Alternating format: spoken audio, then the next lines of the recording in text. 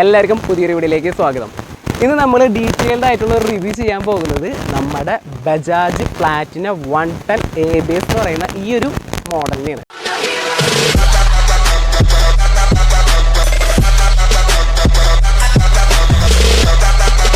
അപ്പോൾ നിങ്ങൾ first time ആയിട്ട് നമ്മുടെ ചാനലാണെങ്കിൽ ജസ്റ്റ് ഒന്ന് സബ്സ്ക്രൈബ് ചെയ്യാൻ തൊട്ടപ്പുറത്തൊരു ബെല്ലൈക്കൺ ഉണ്ട്. ജസ്റ്റ് ഒന്ന് പ്രസ് ചെയ്ത് കഴിഞ്ഞാൽ ഞാൻ അപ്ലോഡ് ചെയ്യുന്ന വ്യത്യസ്തമായിട്ടുള്ള വീഡിയോസ് നിങ്ങൾക്ക് അപ്പോൾ തന്നെ നോട്ടിഫിക്കേഷൻ ആയിട്ട് ലഭിക്കുന്നത്. അപ്പോൾ ഇതെടുത്തിട്ട് ഏകദേശം ഒരു മാസമായിട്ടാണ് നമ്മുടെ ഈ ഒരു Bajaj Platina 110 ABS model. First look നിങ്ങൾ ജസ്റ്റ് ലുക്ക് എങ്ങനെയൊക്കെയുണ്ടെന്ന് നിങ്ങൾക്ക് അറിയാം. നമ്മളിപ്പോൾ ഓരോരുത്തരും ഡിഫറൻ്റ് ആയിട്ടുള്ള ഒരു കാഴ്ചപ്പാടാണ്. നിങ്ങൾക്ക് ചിലപ്പോൾ ഇഷ്ടപ്പെടാം, ചിലപ്പോൾ ഇഷ്ടപ്പെടാണ്ടിരിക്കാം. ഓരോ ഡിഫറൻ്റ് ആയിട്ടുള്ള ഓരോ ഒപ്പീനിയനാണ് ഓരോരുത്തരുടെ.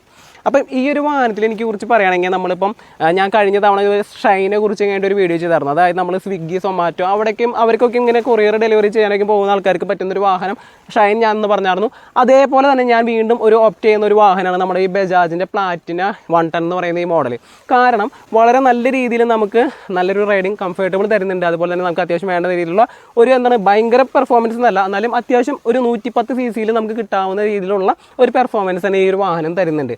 അത്യാവശ്യം നല്ല കുഷിൻ്റെ ആയിട്ടുള്ള സീറ്റാണ് വരുന്നത്. അതുപോലെ തന്നെ നമുക്ക് ഫ്രണ്ടിൽ വരുന്ന ടെലിസ്കോപ്പിക് സസ്പെൻഷനാണ് വരുന്നത്. അപ്പോൾ അതിൻ്റേതായ ഒരു ഇങ്ങനെ ഡി എന്ന് പറയുന്ന സാധനമൊന്നും ഇല്ല. നമ്മളിപ്പോൾ ഓടിച്ചപ്പോൾ അങ്ങനത്തെ കാര്യങ്ങൾ നമുക്ക് ഫീൽ ചെയ്തില്ല.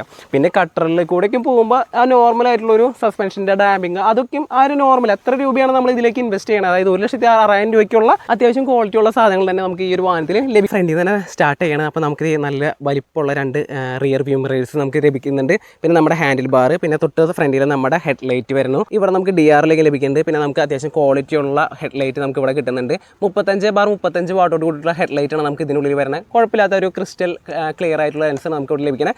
ലെഫ്റ്റിലും റൈറ്റിലും ഇൻഡിക്കേറ്റേഴ്സ് നമുക്ക് ലഭിക്കുന്നുണ്ട്. അതും ഒരു പ്രത്യേകതരം ഒരു സി ഷേപ്പ് എന്ന് വേണമെങ്കിൽ നമുക്ക് പറയാം. ആ ഒരു സി ഷേപ്പോട് കൂടിയിട്ടുള്ള ഒരു ഇൻഡിക്കേറ്റർ ലാമ്പാണ് നമുക്ക് ഇവിടെ വരുന്നത്. പിന്നെ ഇതൊക്കെ ഫ്ലെക്സിബിൾ ആട്ടാക്കാണ്ട്. അപ്പോൾ നമുക്ക് പെട്ടെന്ന് വീണ് കഴിഞ്ഞാൽ ഒടിയോ എന്നുള്ളൊരു പേടിയൊന്നും വേണ്ട. നല്ല അത്യാവശ്യം നല്ല രീതിയിൽ ഫ്ലെക്സിബിൾ ആയിട്ടുള്ള ഒരു ഇൻഡിക്കേറ്റേഴ്സ് നമുക്ക് കിട്ടുന്നുണ്ട്.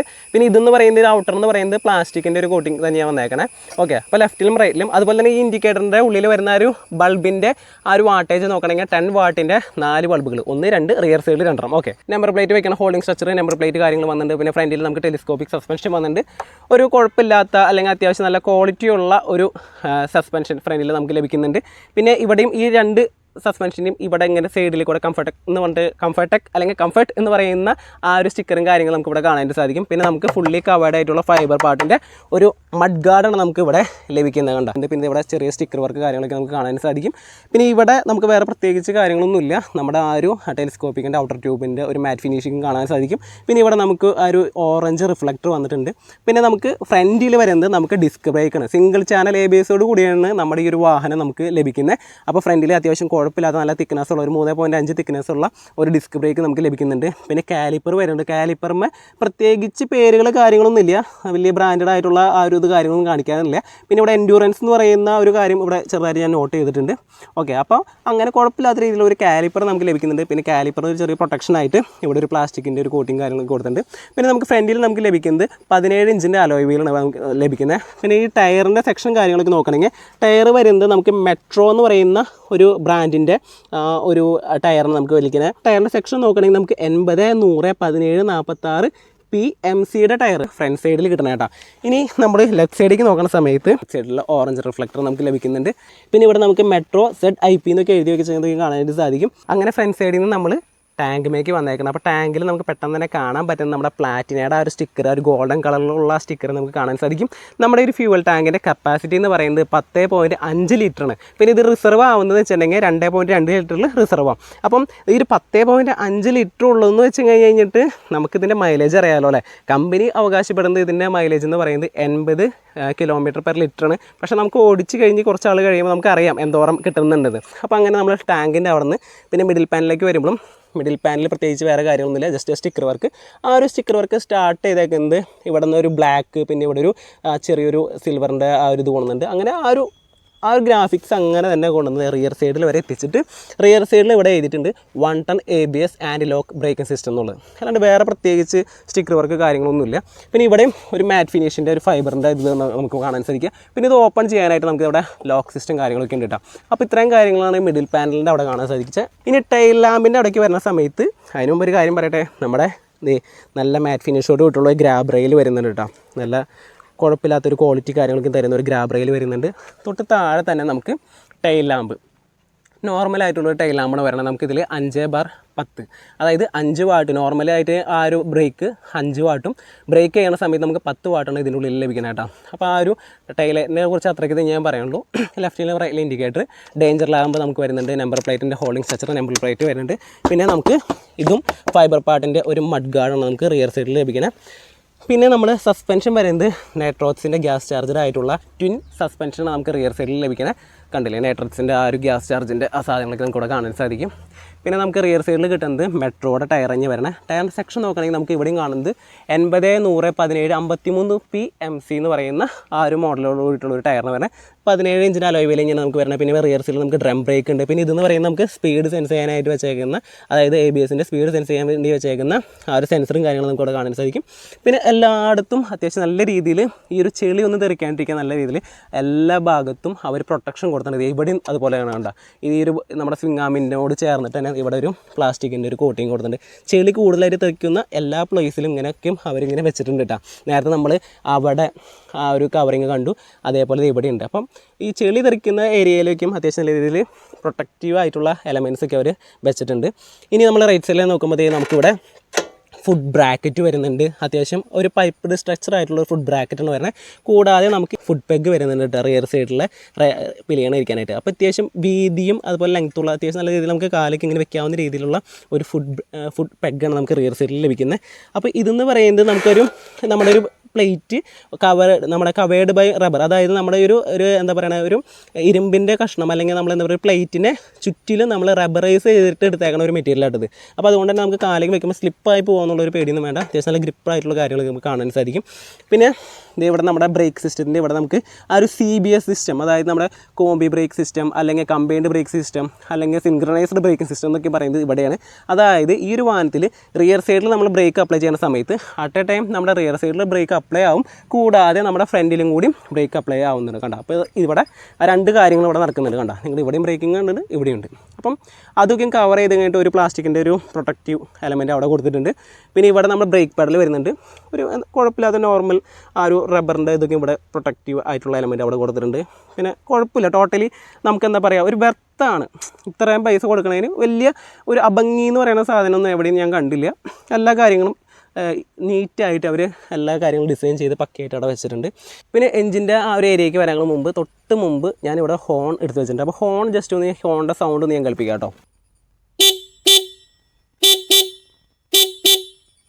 അപ്പോൾ ഹോണിൻ്റെ സൗണ്ട് നിങ്ങൾ കേട്ടുള്ളൂ അല്ലേ. അതായത് അത്യാവശ്യം ക്വാളിറ്റി ഉള്ള ഹോൺ തന്നെ നമുക്ക് ഈ ഒരു വാഹനത്തിൽ ലഭിക്കുന്നുണ്ട്.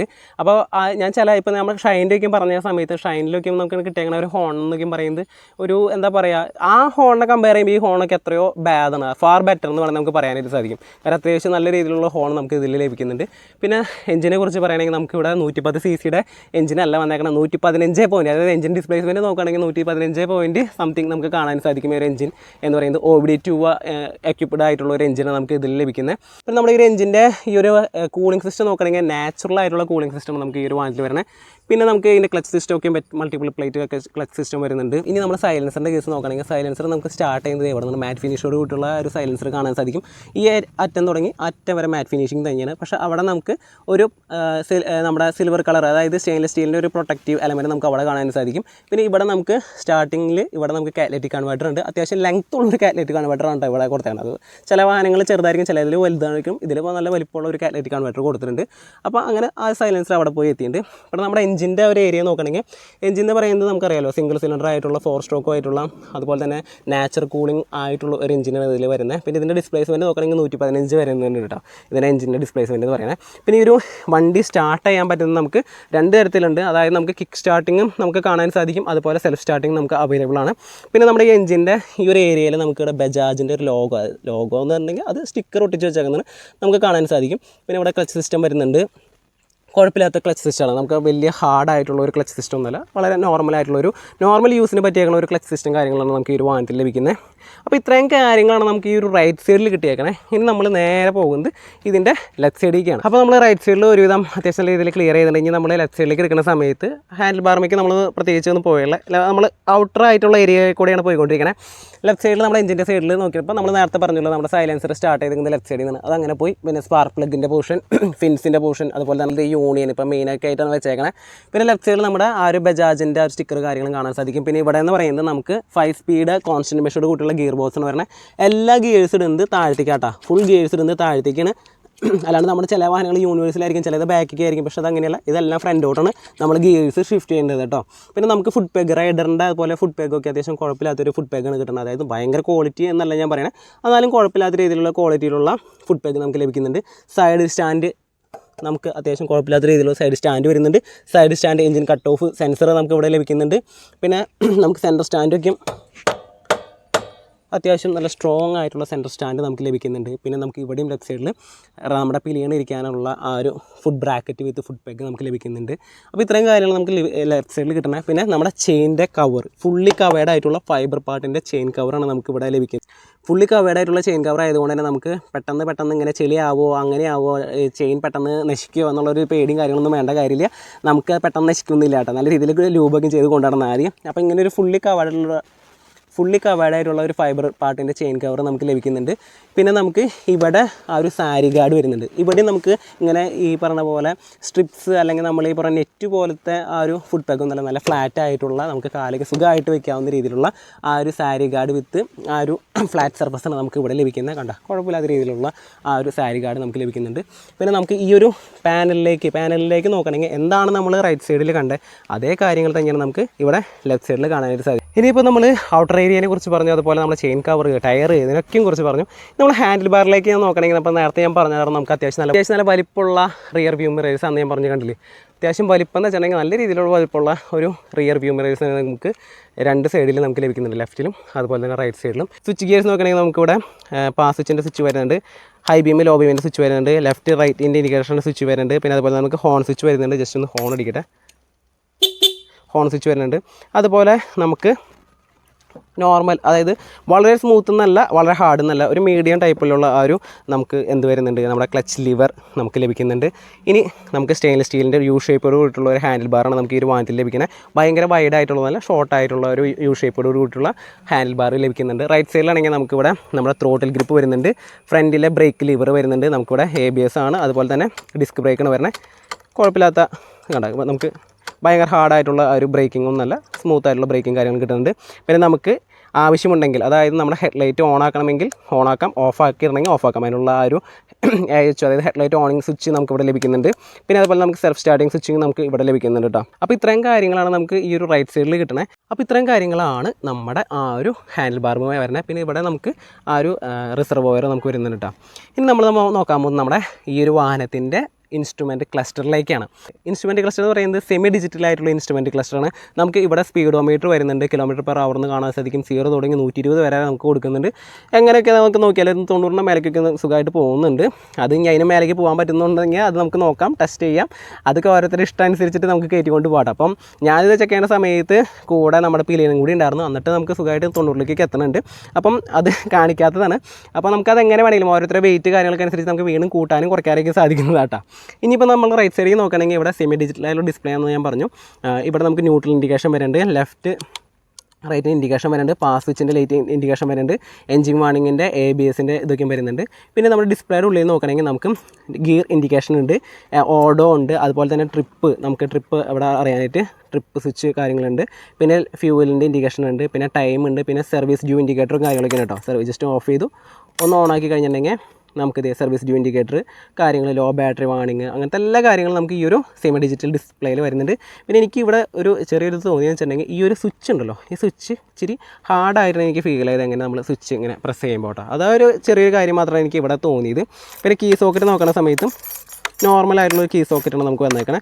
നമ്മൾ ഓഫാക്കുമ്പോൾ ഒരു പിടുത്തം കാര്യങ്ങളൊന്നുമില്ല, നല്ല രീതിയിൽ വർക്ക് ചെയ്യുന്നുണ്ട്. അപ്പോൾ ഇത്രയും കാര്യമാണ് ഈ ഒരു ഇൻസ്ട്രുമെൻറ്റ് ക്ലസ്റ്ററിൽ, അതുപോലെ കീ സോക്കറ്റ് ഈ ഭാഗങ്ങളിൽ നമുക്ക് കിട്ടിയേക്കണം. പിന്നെ നമ്മുടെ ആ ഒരു കോൺസെറ്റ് ഇരിക്കുന്ന ഏരിയയിൽ ആ ഒരു നെറ്റൊക്കെ നമുക്ക് സിൽവർ കളറിലുള്ള നെറ്റും കാര്യങ്ങളൊക്കെയാണ് നമുക്ക് ഇവിടെയും ലഭിക്കുന്നത്. അപ്പോൾ ഞാൻ ഹാൻഡിൽ ബാറിനെ കുറിച്ചൊക്കെ പറഞ്ഞു കഴിഞ്ഞ ശേഷം നമ്മൾ നമ്മുടെ സീറ്റിലേക്ക് വരുന്നു. നല്ല ലെങ്ത്ത് ഉള്ള ഒരു സീറ്റാണ് ഞാൻ നമുക്ക് കിട്ടുന്നത്, നല്ല കുഷ്യൻഡോട് കൂട്ടുള്ള ഒരു സീറ്റ് കിട്ടുന്നുണ്ട്. പിന്നെ ഈ ഒരു വാഹനത്തിൽ വണ്ടി ഓടിച്ച് കഴിഞ്ഞപ്പോൾ എനിക്ക് തോന്നിയെന്ന് വെച്ചിട്ടുണ്ടെങ്കിൽ നമുക്ക് ഒരു വൈബ്രേഷനോ, അതായത് സീറ്റുമേന്ന് നമുക്ക് വൈബ്രേഷൻ കാര്യങ്ങളൊന്നും നമുക്ക് എനിക്ക് കിട്ടിയിട്ടില്ല കേട്ടോ. അത്യാവശ്യം നല്ല ക്വാളിറ്റി ഉള്ള ഒരു സീറ്റ് തന്നെയാണ് നമുക്ക് കിട്ടിയേക്കുന്നത്. അതിന് കംഫർട്ട് എന്ന് പറഞ്ഞ കാര്യങ്ങളൊക്കെയും ഇവിടെ നമുക്ക് കാണാനായിട്ട് സാധിക്കും.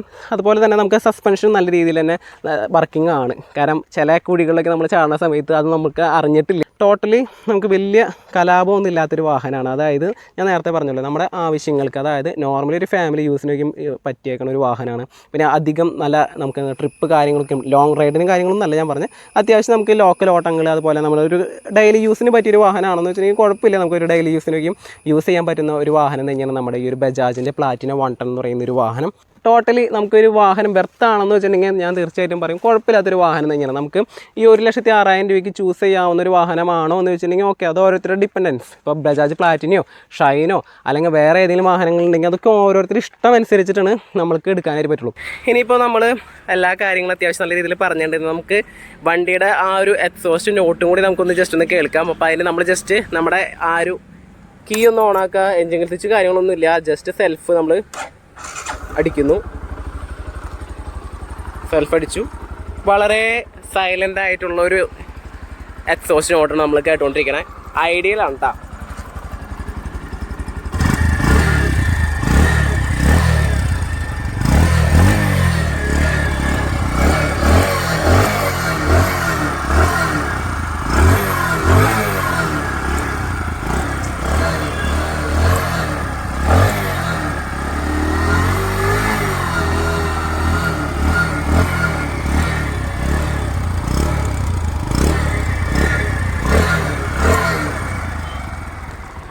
അപ്പോൾ എത്ര ത്രോട്ട്ലിങ് കൊടുത്തു കഴിഞ്ഞാലും ഇങ്ങനത്തെ ഒരു സൗണ്ട് ഇങ്ങനെ വരാം. അതായത് വലിയ ഭൂകമ്പം എന്ന് പറയുന്ന സൗണ്ടൊന്നുമല്ല, കുഴപ്പമില്ലാത്ത ഒരു എക്സോസ്റ്റ് നോട്ട്. അതായത് വളരെ ക്വൈറ്റ് ആൻഡ് കാമായിട്ടുള്ള ഒരു എക്സോസ്റ്റ് നോട്ട് നിങ്ങൾ ആഗ്രഹിക്കുന്നുണ്ടെങ്കിൽ നിങ്ങൾക്ക്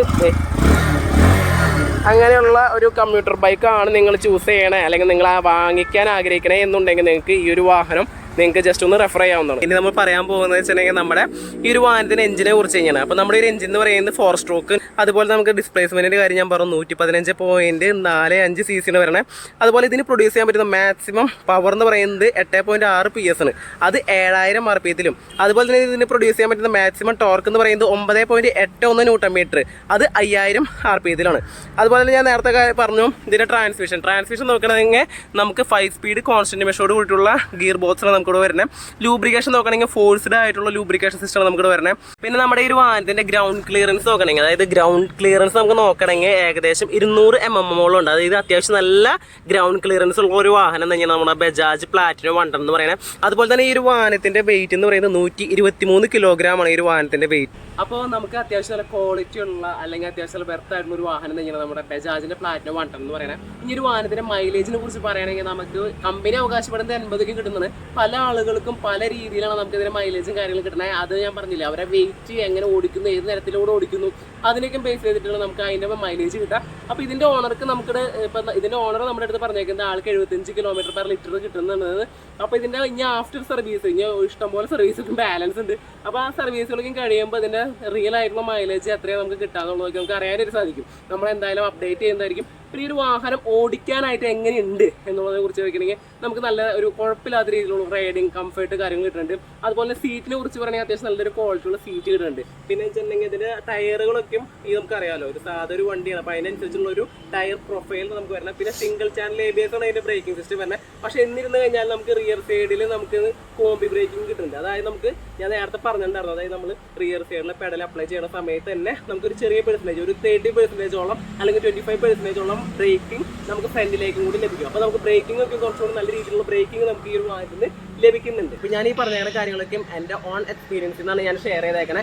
എല്ലാവർക്കും ഇത് സെയിം ആവണം അല്ലെങ്കിൽ സിമിലർ ആവണമെന്നൊന്നുമില്ല, ഓരോരുത്തർക്കും ഡിഫറൻറ്റ് ആയിരിക്കും. അത്യാവശ്യം നല്ല രീതിയിൽ ഞാൻ ഡീറ്റെയിൽ ആയിട്ട് എല്ലാ കാര്യങ്ങളെ കുറിച്ച്, എക്സ്ട്രീം പാർട്ടിനെ കുറിച്ച്, അതുപോലെ തന്നെ അത്യാവശ്യം അറിയാവുന്ന കാര്യങ്ങളൊക്കെ നമ്മളിതിൽ ഇൻക്ലൂഡ് ചെയ്യിച്ചിട്ടുണ്ട്, അതുപോലെ പറഞ്ഞിട്ടുണ്ട്. ഇനി എന്തെങ്കിലും ഉണ്ടെങ്കിൽ, നിങ്ങൾക്ക് എന്തെങ്കിലും അറിയേണ്ടതായിട്ടുണ്ടെങ്കിൽ നിങ്ങൾക്ക് കമൻറ്റ് സെക്ഷനിൽ വന്ന് ചോദിക്കാവുന്നതാണ്. ഓക്കെ, അപ്പം ഞാനൊരു കാര്യം പറയണം, ഞാൻ ഈ റിവ്യൂ ചെയ്തെന്ന് വെച്ചിട്ട് നിങ്ങൾ ഈ വണ്ടി പോയി ഓടിച്ചാടി ചെന്ന് എടുക്കരുത്. നിങ്ങൾക്ക് അറിയാവുന്ന ആരെങ്കിലും ഈ ഒരു വണ്ടി വാങ്ങിയിട്ടുണ്ടെങ്കിലോ അല്ലെങ്കിൽ നിങ്ങൾക്ക് ഷോറൂമിൽ പോയി ടെസ്റ്റ് റൈഡ് ഒക്കെ ചെയ്ത് കഴിഞ്ഞതിന് ശേഷം മാത്രം നിങ്ങൾ ഈ ഒരു വാഹനം പോയിട്ട് എടുക്കാനായിട്ട് ശ്രദ്ധിക്കുക. അപ്പോൾ നിങ്ങൾക്ക് എല്ലാവർക്കും വീഡിയോ ഇഷ്ടപ്പെടുന്നു വിചാരിക്കുന്നു. ഇതുപോലുള്ള വീഡിയോസ് ലഭിക്കുന്ന പേജ് ഒന്ന് ഫോളോ ചെയ്യുക. യൂട്യൂബ് ചാനൽ ജസ്റ്റ് ഒന്ന് സബ്സ്ക്രൈബ് ചെയ്യുക. നിങ്ങളുടെ സ്വന്തം ഡാർവിൻ.